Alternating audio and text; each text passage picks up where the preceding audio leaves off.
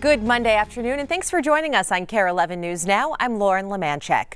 Breaking this afternoon, charges against the ICE agent who shot Julio Sosa Solis in North Minneapolis back in January. A violent crime did occur that night, but it was Mr. Castro who committed it.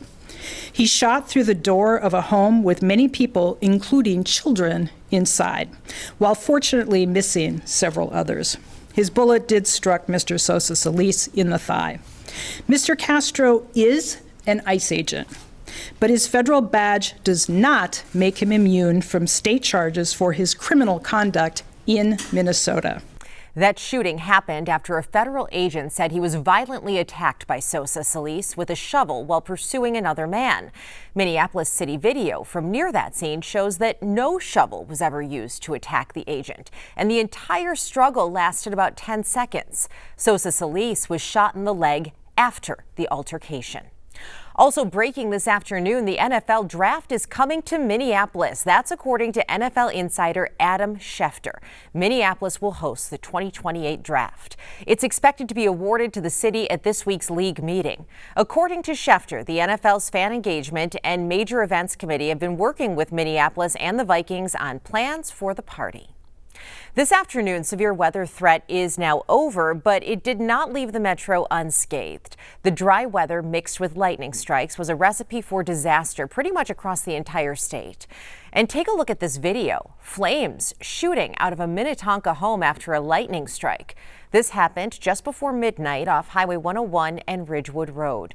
We spoke to the fire chief from Minnetonka, who describes what the homeowners heard moments before their attic went up in flames.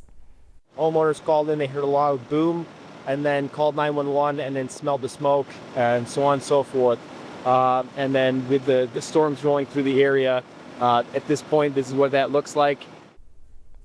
Thankfully, everyone made it out of the house safely.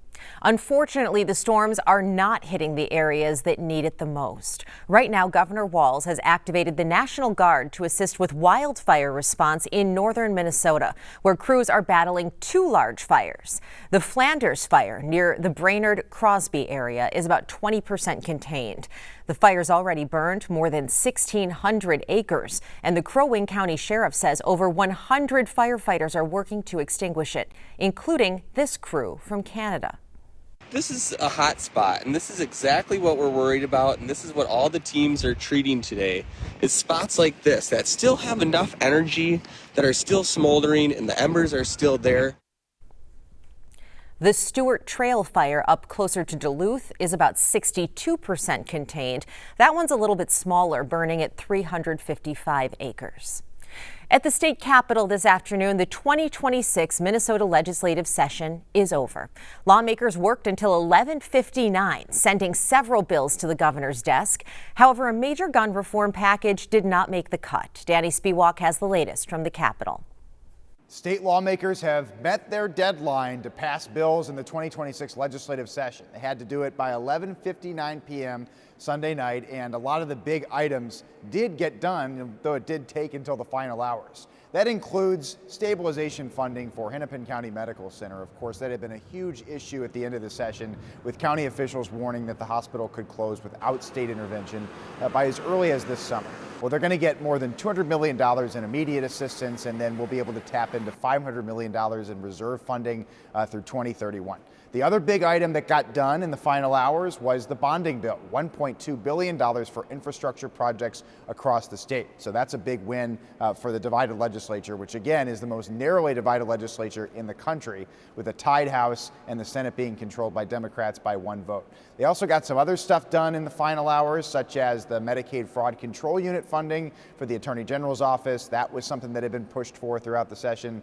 But there was a lot that didn't get done. The Democratic priorities around guns and immigrations and customs enforcement, for example, there were no bipartisan solutions found on that.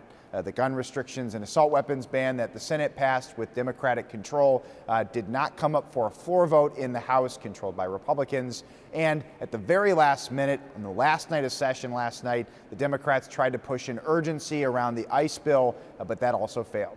But we are not deterred by those actions, by those failures to get things across the finish line.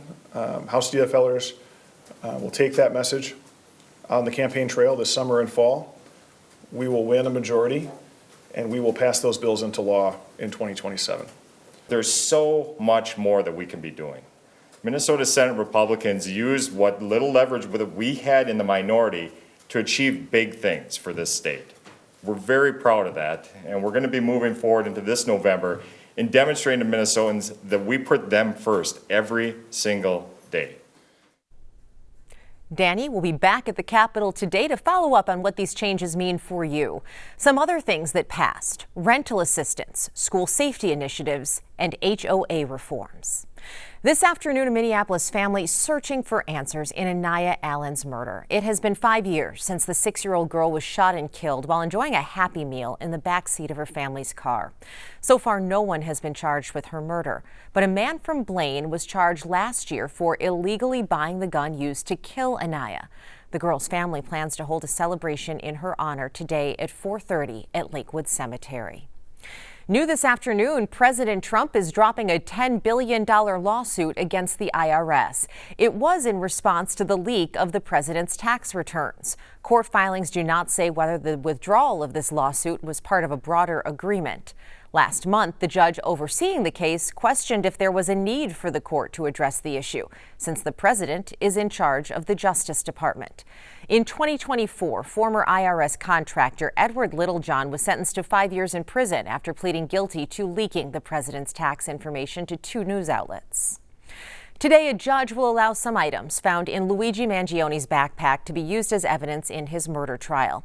The 28-year-old is accused of killing United Healthcare CEO Brian Thompson in New York City back in 2024 and faces both state and federal charges. The judge is allowing a gun and a notebook found during Mangioni's arrest, dismissing the defense argument that these items were seized illegally before the search warrant was obtained.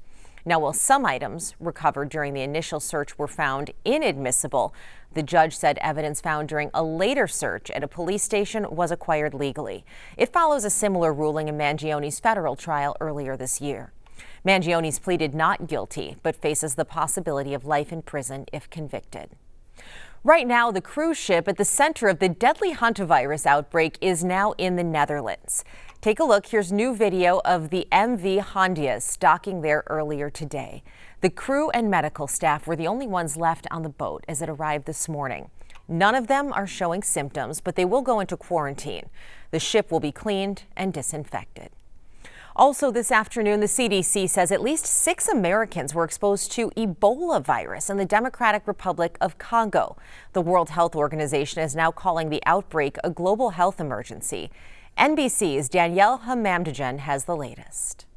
Well, Ebola was first detected in the Democratic Republic of Congo back in 1976, so decades ago, and there have been multiple outbreaks ever since. But what's so concerning to health officials this time is that it involves what's known as the Bundi-Bujo strain, a rare variant of the virus with no approved vaccine or drugs to treat it. And so now there is a race to contain the outbreak in a part of the world where the healthcare system is already quite limited.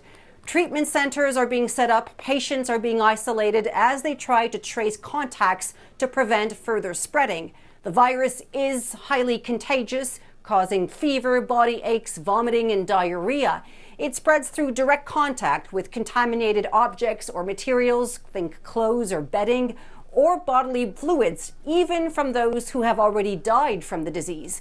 Now, the CDC is confirming it is coordinating with partners to safely withdraw a small number of Americans who are directly affected in the outbreak areas. The WHO is warning that the number of people infected could be much larger, given the high positivity rate of the initial samples and the growing number of suspected cases being reported. WHO is also saying the current outbreak does not amount to a pandemic. Danielle Hamamdajan, NBC News, London. General Mills is calling its employees back to the office. Starting September 8th, most North American workers will be required to work on location Monday through Thursday. Since last year, employees have been operating on a 3-day hybrid schedule. Last week, Best Buy also announced it was requiring hybrid employees to work in the office 4 days a week. MSP is giving a sneak peek at its Terminal 2 expansion project. It is in the final year of a $263 million project that's adding more gates, concessions, bathrooms, and other amenities to that terminal. MSP also says the terminal includes more spacious gate areas and larger views of the airfield. Our continued growth and opportunities to serve not only the airlines that are here, but also the general public, because that's what we're ultimately here for, is to meet the needs of a traveling public, both locally as well as internationally. And we think there's a demand that's going to be here today and into the future. The Terminal 2 renovations are expected to be complete next spring. Stick with us. There's more news and weather coming up after the break.